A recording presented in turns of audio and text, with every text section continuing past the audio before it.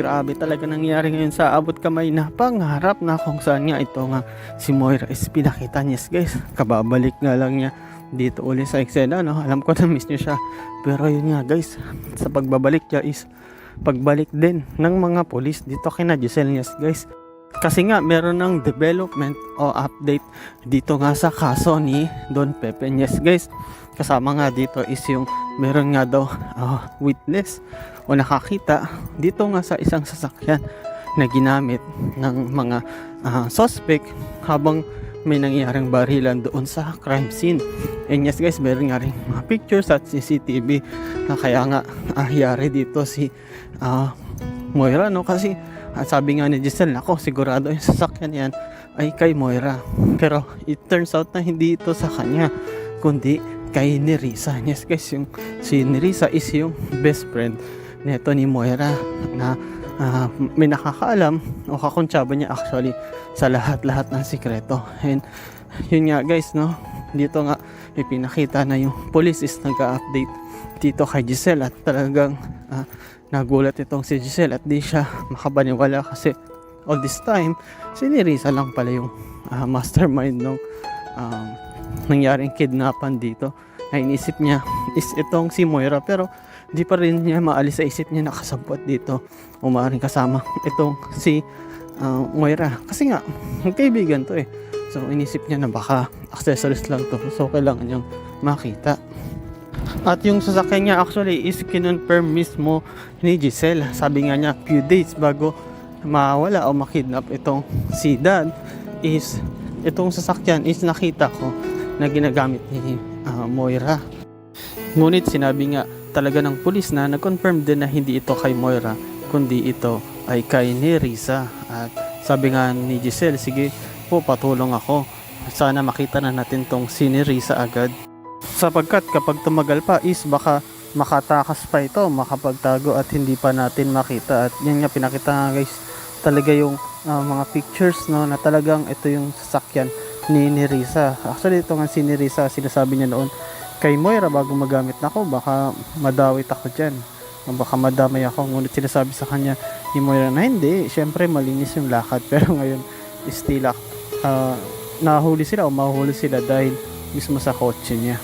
Kumbaga makita natin na talagang kung meron ka mang itinatago is darating din yung panahon na malalaman ito o masasagot sa itinakdang panahon o sa taong panahon o minsan sa panahon na hindi mo ini-expect, no? Kaya nga mahirap talaga kapag meron kang itinatagong mga sikreto kasi pag nalaman ito is talagang mayayari ka.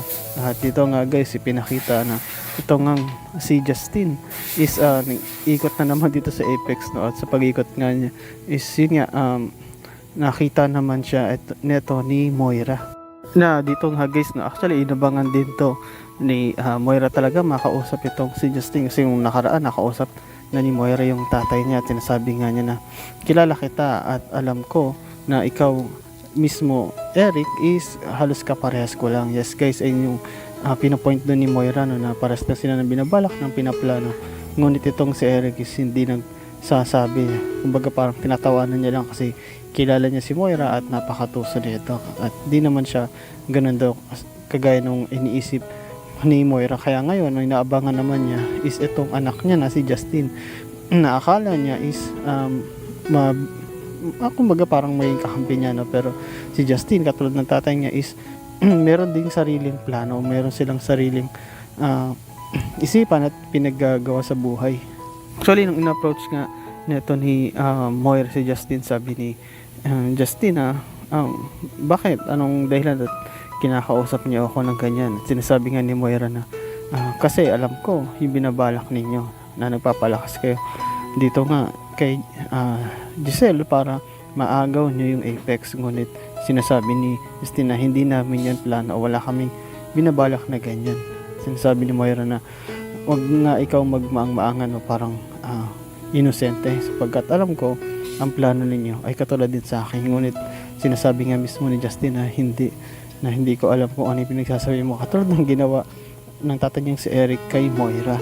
Ngunit ito nga si Moira, makita natin na persistent siya o parang nangungulit, no, na pinipilit niya yung paniniwala niya is paniniwala din ng lahat. Pero alam naman natin na mas tuso itong si Moira. Pero tignan natin kasi malay mo maging kakampi talaga ni Moira itong si Eric at itong si Justin.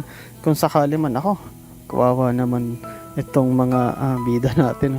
Itong sila Annalyn, sila Lynette, itong sila Giselle pag nangyari yun. Pero sana hindi naman. At alam ko hindi naman mangyari yun kasi nga ang focus nga neto nila Justin at Eric is maghiganti, hindi para sa pera. Ngunit ito nga guys, no, na mukhang nasa delikadong sitwasyon itong si Moira, hindi niya inaasahan kasi akala niya is okay na lahat. So wala na si Balhaja, wala na si Dax. So wala nang makapigil sa kanilang kasamaan at sa plano nila o sa ginawa nila na pagkidnap dito nga kay Don Pepe. Pero di nila alam na dahil sa sasakyan ni Risa is pinaganap sila ngayon. Yes guys, lalo na itong si ni Risa is nasa delikadong sitwasyon lalo na pag nakita ito ng mga pulis kasi talagang makukulong ito. At dito nga guys pinakita na ito nga si Justin at mga pulis is talagang hinahanap at inaabangan kung nasan itong si ni Risa. Yes guys, sa paghanap nga nila swerte sila kasi nakita nila itong si ni Risa.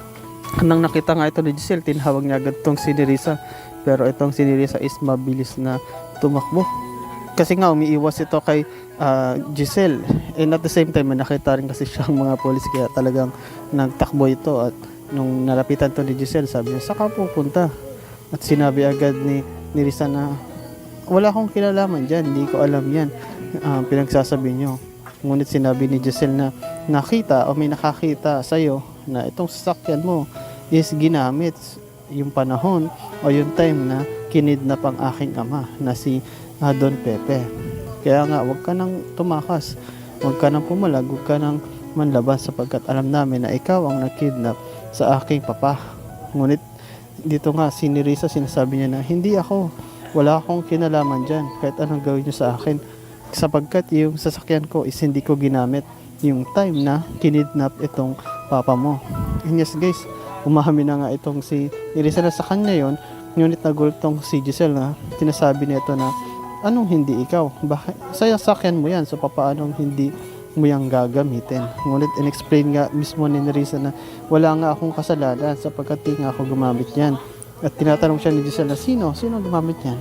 At napilitan na rin umamin si Risa at sinabi niya na si Moira ang gumamit niyan at wala akong kinalaman dyan, kinuha niya lang yung sasakyan ko na di ko alam na gagamitin niya pala sa masama.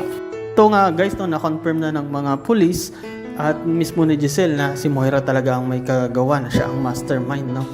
Na nawala na si Balhaja at si Dax, pero nandito naman si Risa para sabihin sa kanya ang totoo. At kailangan niya sabihin ni Risa yon kasi kung hindi makukulong siya at wala siyang choice. Kaya nga ngayon is galit na galit tong si Giselle at talagang gusto niya na makita si Moira at ipakulong sapagkat nandito na yung witness nila at yung patotoo.